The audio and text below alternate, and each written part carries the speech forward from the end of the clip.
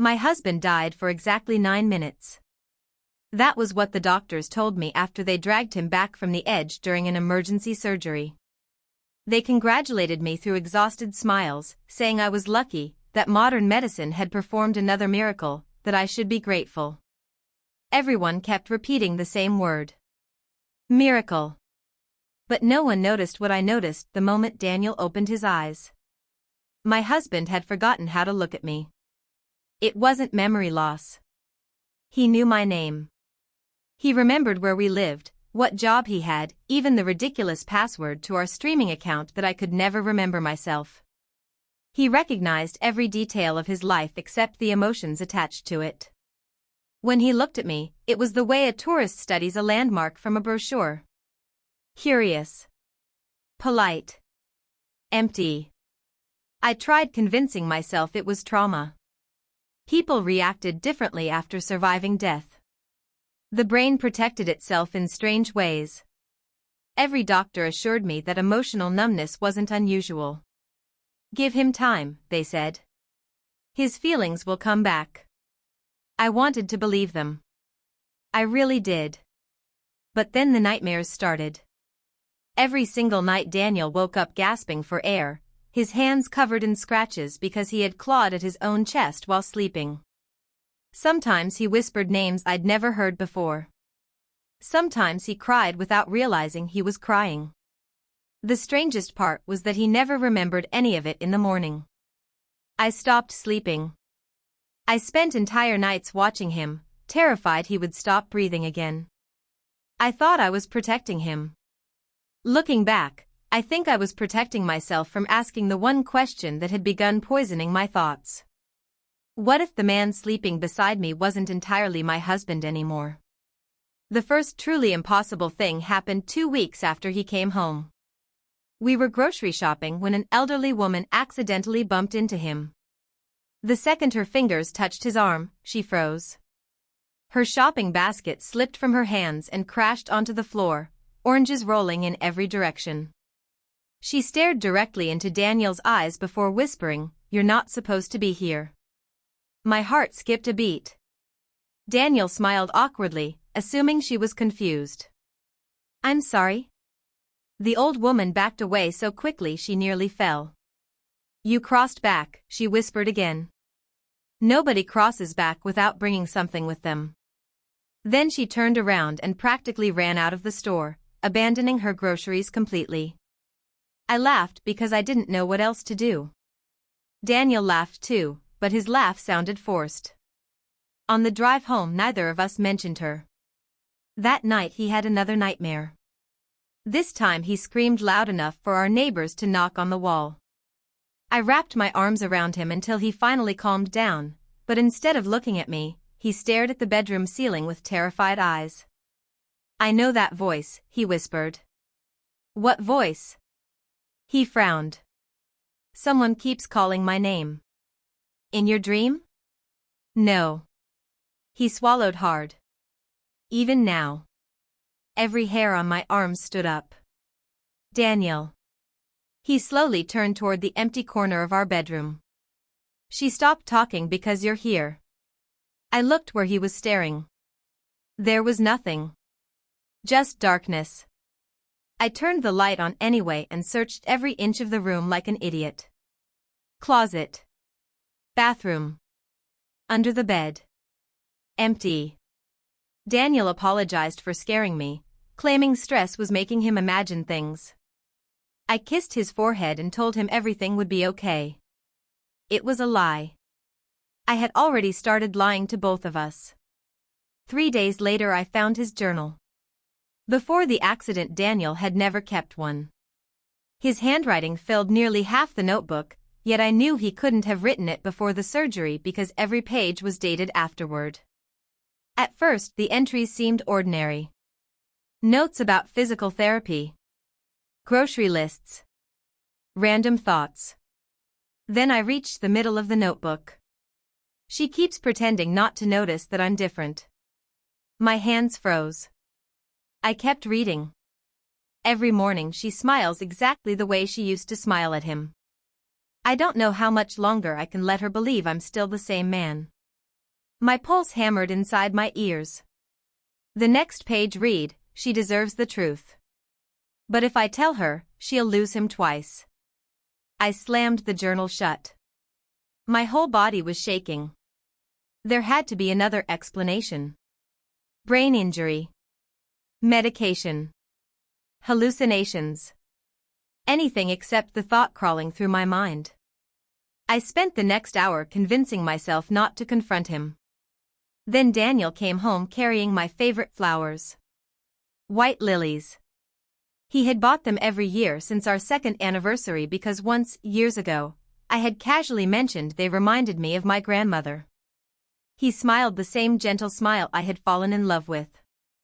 "Thought these might cheer you up." I looked at the flowers, then at the journal hidden beneath the couch cushion. My throat tightened. "Daniel." "Yeah? Have you ever lied to me?" His smile disappeared. Not instantly. Slowly. Like someone lowering a curtain. "About what?" "Anything." He looked down at the flowers in his hands. "Yes." I stopped breathing. He closed the front door quietly before speaking again. "But only because I didn't know how to tell you." I wanted to scream at him.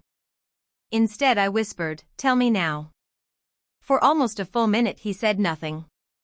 Then he looked directly into my eyes with an expression I had never seen before. It wasn't guilt. It wasn't fear. It was grief so old and so heavy that it made him look decades older than 32. "If I answer honestly," he said softly, "you're going to wish I'd stayed dead." And for the first time since the doctors announced the miracle, I realized I had been asking the wrong question all along. The question wasn't whether my husband had returned from death. The question was who, or what, had come back with him. I didn't sleep that night. Daniel lay beside me breathing so quietly he almost seemed afraid to make a sound. Every few minutes I caught him staring at the ceiling again, as if listening to something I couldn't hear. I wanted to ask him 100 questions, but every time I opened my mouth I remembered the look in his eyes when he had said I'd wish he'd stayed dead. That wasn't the expression of a liar. It was the expression of someone already mourning a future that hadn't happened yet. Around 3 in the morning I finally whispered, "Who came back with you?" He closed his eyes. "I don't know its name." My heart pounded so hard it hurt. "It's... I died, Emma." His voice was barely audible. I remember my heart stopping. I remember hearing the doctors shouting. Then everything disappeared. He swallowed. At least I thought it disappeared. He sat up slowly, wrapping his arms around his knees like a frightened child. "There was a place." "Heaven?" He gave a tiny shake of his head. "No. It wasn't heaven." His eyes drifted toward the dark window. There wasn't light. There wasn't fire either. Just silence. Endless silence. Goosebumps spread across my skin. "Were you alone?" His answer came after a painfully long pause. "I thought I was." My stomach tightened. Then, something found me. He covered his face with trembling hands. It didn't have a body. It wasn't a person. It was just there. I reached for his hand instinctively. His fingers were freezing cold. It asked me one question. "What question?" "Would you give anything to go back?" Tears gathered in his eyes.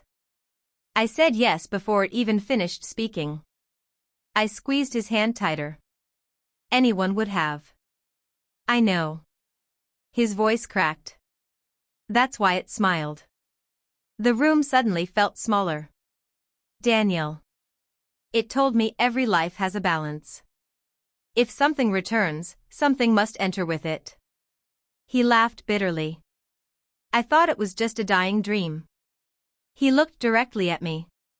Then I woke up. Neither of us spoke for several minutes. Finally, I forced myself to ask the question I dreaded most. Did something come back inside you?" He nodded almost imperceptibly. I don't think it's trying to hurt me. Then why are you so afraid? He looked away. Because it isn't interested in me. A chill ran down my spine. Then who? He didn't answer. He didn't need to. The silence itself became the answer. Me. The following week became the longest week of my life. Strange things began happening around the apartment.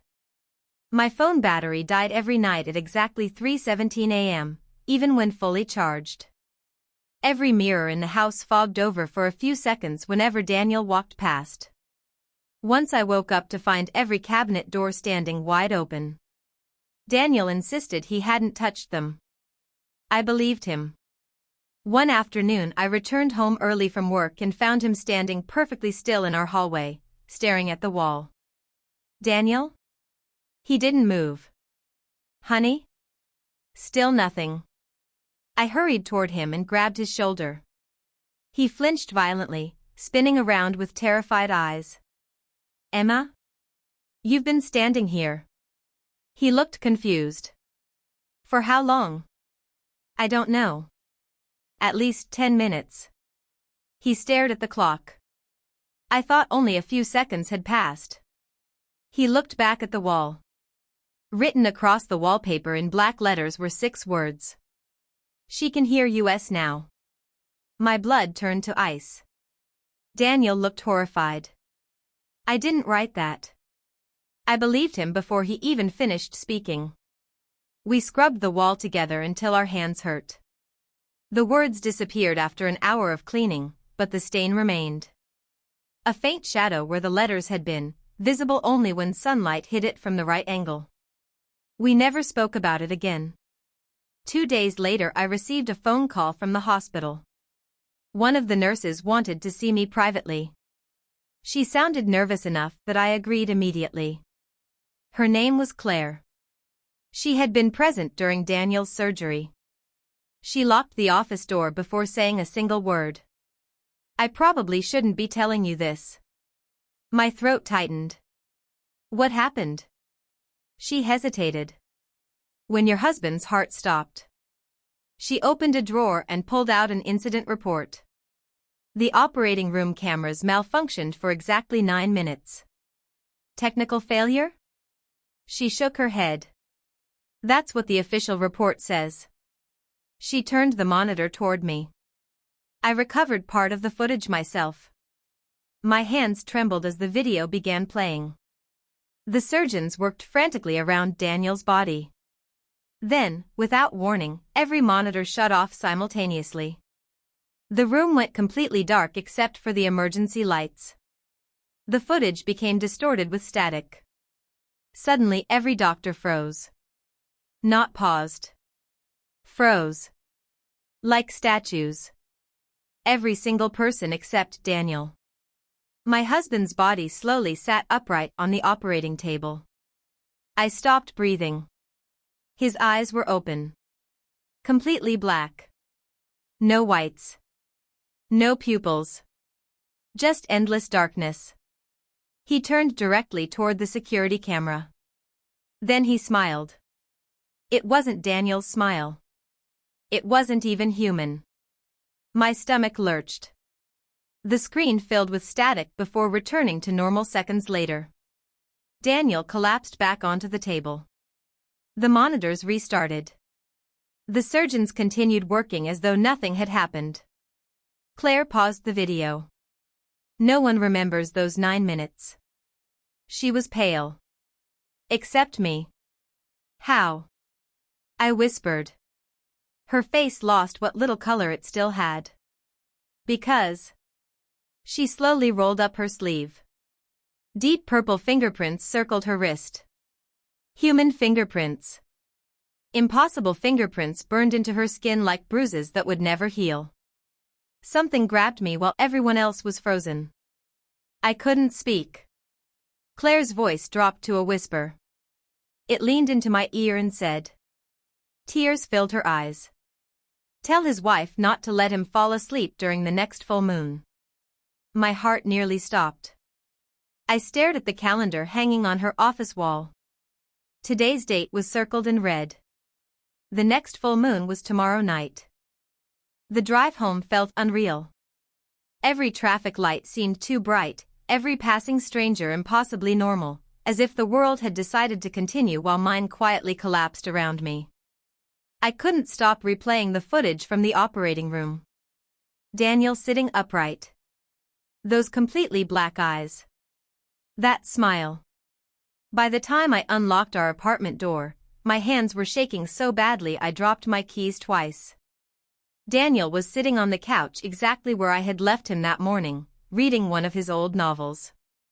The moment he saw my face, he stood up. Something happened. It wasn't a question. I nodded silently. The hospital called.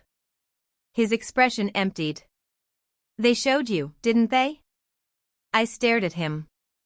You already knew. He closed the book without looking at it. I remembered pieces of it. Why didn't you tell me? His shoulders sagged. Because I was hoping the memories weren't real. I pulled out my phone and replayed the recording Claire had secretly copied onto a flash drive for me. Daniel watched himself on the screen without saying a word. When the video reached the moment where his black eyes turned toward the camera, he closed his own eyes tightly. That's when it was using my body. The words barely sounded human. I wasn't awake, but I could feel it moving me. Feel it? He nodded. Like being trapped underwater while someone else wears your skin. I couldn't stop crying. Everything inside me wanted to run into his arms the way I always had, but another part of me couldn't erase the image from that video. He noticed my hesitation. It broke something inside him. Instead of walking closer, he stepped backward. See, he whispered.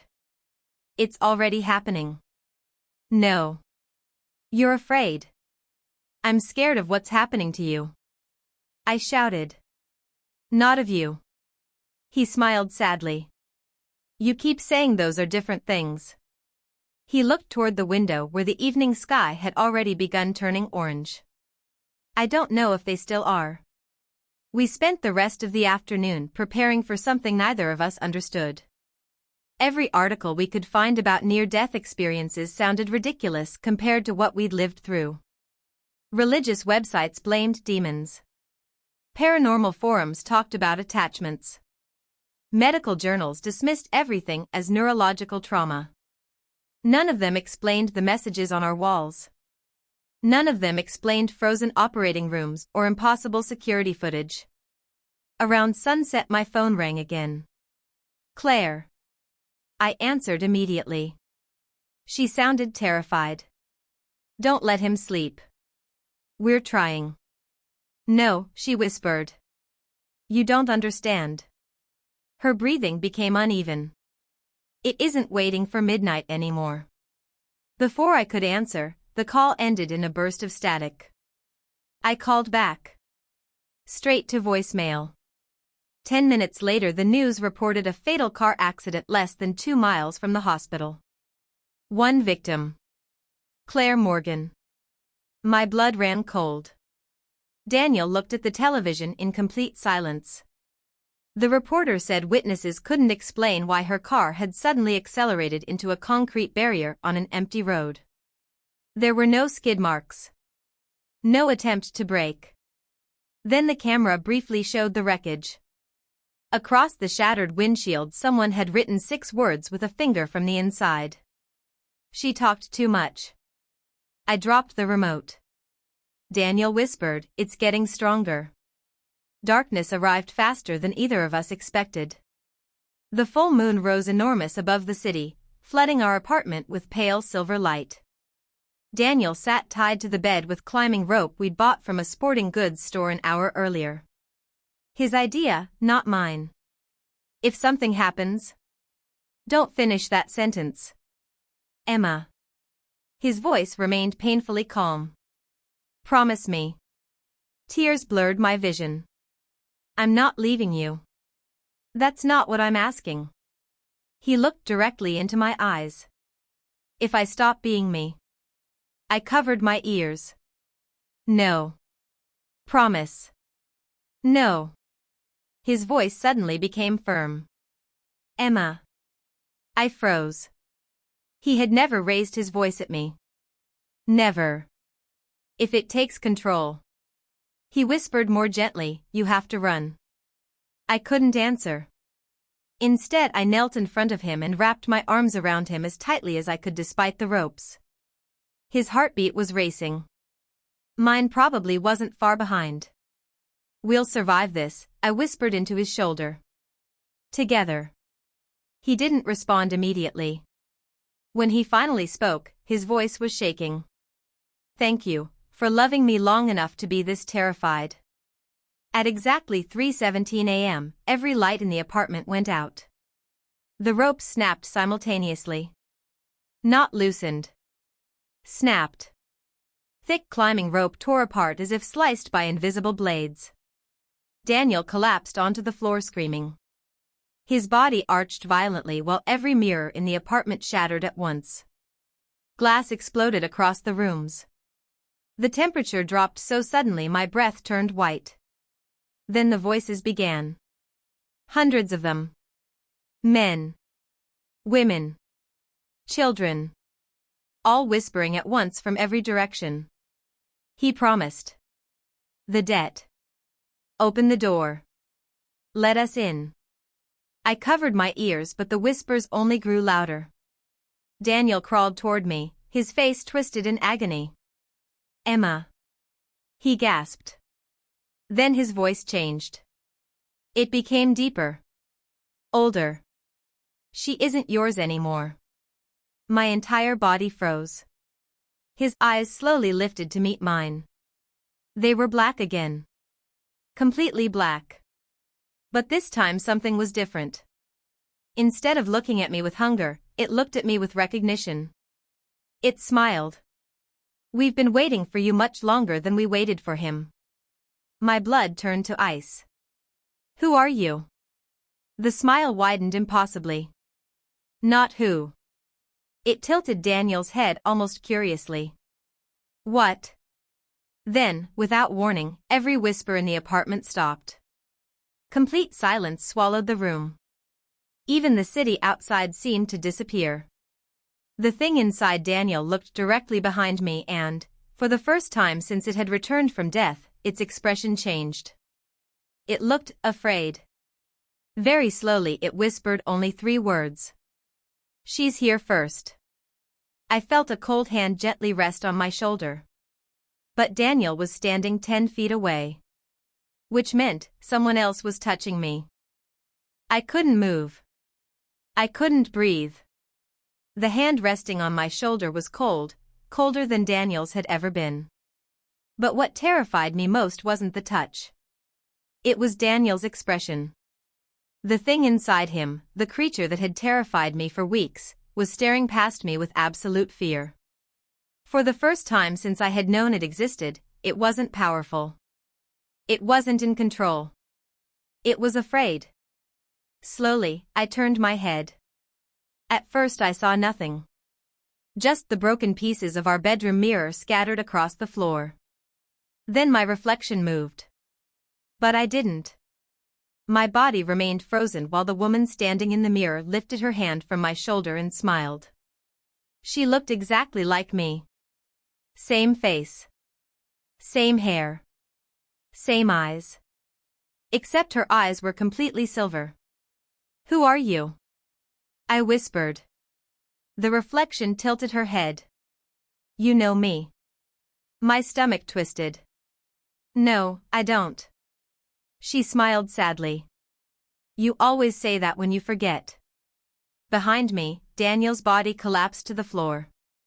The creature inside him suddenly disappeared, leaving him unconscious and human again. I wanted to run to him, but I couldn't move. The woman in the mirror watched me with something that looked almost like pity. You spent so much time worrying about what came back with him, she said. You never wondered what was already here. My entire body went numb. What does that mean? The mirror surface rippled like water. Daniel wasn't the first one who crossed. My breathing stopped. No. Yes. Her voice was soft. Almost kind. You died too, Emma. Every memory in my head shattered at once. The hospital. The accident. The rain. The headlights. The impact. I remembered everything. I remembered driving home that night after my argument with Daniel. I remembered the truck crossing the intersection. I remembered the glass exploding around me. I remembered hearing someone scream my name. But then, nothing. That's impossible, I whispered. I'm alive. Are you? She asked the question gently. Somehow that made it worse. I looked at my hands. At my reflection. At Daniel lying unconscious on the floor. I don't understand. The woman in the mirror sighed. Because he asked to come back for you. Tears filled my eyes. What? When Daniel died, he wasn't alone. He found the same place I found you. The room became silent. The thing that offered him a second chance wasn't giving him a gift. It was giving him a choice. My voice shook. What choice? Someone returns. Someone stays. I felt sick. No. Daniel chose you. The mirror cracked slightly around her face. He gave away his own place among the living to pull you back. I couldn't move. I couldn't understand. Every strange thing suddenly had a different meaning. The nightmares. The fear. The way Daniel looked at me like he was saying goodbye even while standing beside me. He wasn't afraid of me discovering what he was. He was afraid of me discovering what he had done. Then what are you? I whispered. The woman looked down. For the first time, she looked tired. Ancient. I'm the part of you that stayed behind. My blood turned cold. No. When Daniel chose you, the universe needed balance. Something had to remain on the other side. She touched the mirror. You left a piece of yourself there. I looked at Daniel. And the thing inside him? A guardian. She looked toward him. Not a demon. Not a monster. A keeper of debts. Slowly, the truth began forming. The creature hadn't returned with Daniel to hurt him. It had followed because Daniel had broken the rules of death. He had stolen back a soul that was supposed to remain gone. Mine. Why is it attacking him? I asked. Because he refuses to pay. The woman looked at me. The debt was never his life. A terrible feeling entered my chest. Then what is it? She didn't answer immediately. She didn't need to. I already knew. Me. The mirror woman nodded. You. Suddenly Daniel groaned from the floor. His eyes opened. Emma? I rushed toward him and grabbed his hand. He was cold. Weak. But he was Daniel. I'm here. He stared at me, confused. Then he looked at the mirror. The color disappeared from his face. You saw her. It wasn't a question. I nodded. Tears filled his eyes instantly. I'm sorry. I shook my head. You knew. He looked away. I remembered everything after I woke up. My heart broke. You knew I died? Yes. His voice cracked. The doctors brought me back first. They didn't know you were gone. They didn't know that when my heart stopped, yours stopped too. Why didn't you tell me? He closed his eyes. Because you were happy. I stared at him. Happy? You were laughing again. You were living again. I couldn't destroy that. I grabbed his face. You idiot. He looked at me. You absolute idiot. Tears rolled down his cheeks. I know. You thought I would rather live a fake life than know the truth? I thought you'd rather have a life than have nothing. I pulled him into my arms. Daniel, I was never alive without you. For a moment, everything disappeared. The voices. The mirror. The impossible reality around us. There was just him and me. The two people who had somehow crossed death and still found each other. Then the woman in the mirror spoke again. There is one way to fix this. We both looked up. What way? I asked. Her silver eyes softened. The balance can be restored. Daniel immediately shook his head. No. I looked at him. You don't even know what she was going to say. I know. His grip tightened around my hand. Whatever it is, no. The mirror woman looked at him sadly. He always was stubborn. I almost laughed through my tears. Even impossible beings knew that about him. What happens if we do nothing? I asked. She looked at me. The boundary breaks. More things will cross. More souls will become trapped. And if we fix it? Daniel whispered. The woman answered quietly. One of you must choose. My heart sank. Choose what? To return fully. Silence filled the room. I looked at Daniel. He looked at me. And in that moment, I understood something. We had spent all this time fighting death because we were afraid of losing each other. But love was never about refusing to lose someone. Sometimes love was about finally accepting what someone was willing to sacrifice. Daniel squeezed my hand. I'm choosing you. I immediately shook my head. No. Emma. No. You already chose me once. I'm not letting you do it again. The mirror woman watched us quietly. This is why you were chosen. I looked at her. What? Not because you survived. She smiled. Because you learned. The room began filling with white light. The broken mirror pieces lifted from the floor, floating around us like stars. Daniel held on to me as tightly as possible. Whatever happens. He whispered. Don't forget me. I smiled through my tears. Impossible. The light became brighter. You are the most annoying person I've ever met. A tiny laugh escaped him. I love you too. Then I woke up. I was lying in a hospital bed. Real sunlight touched my face.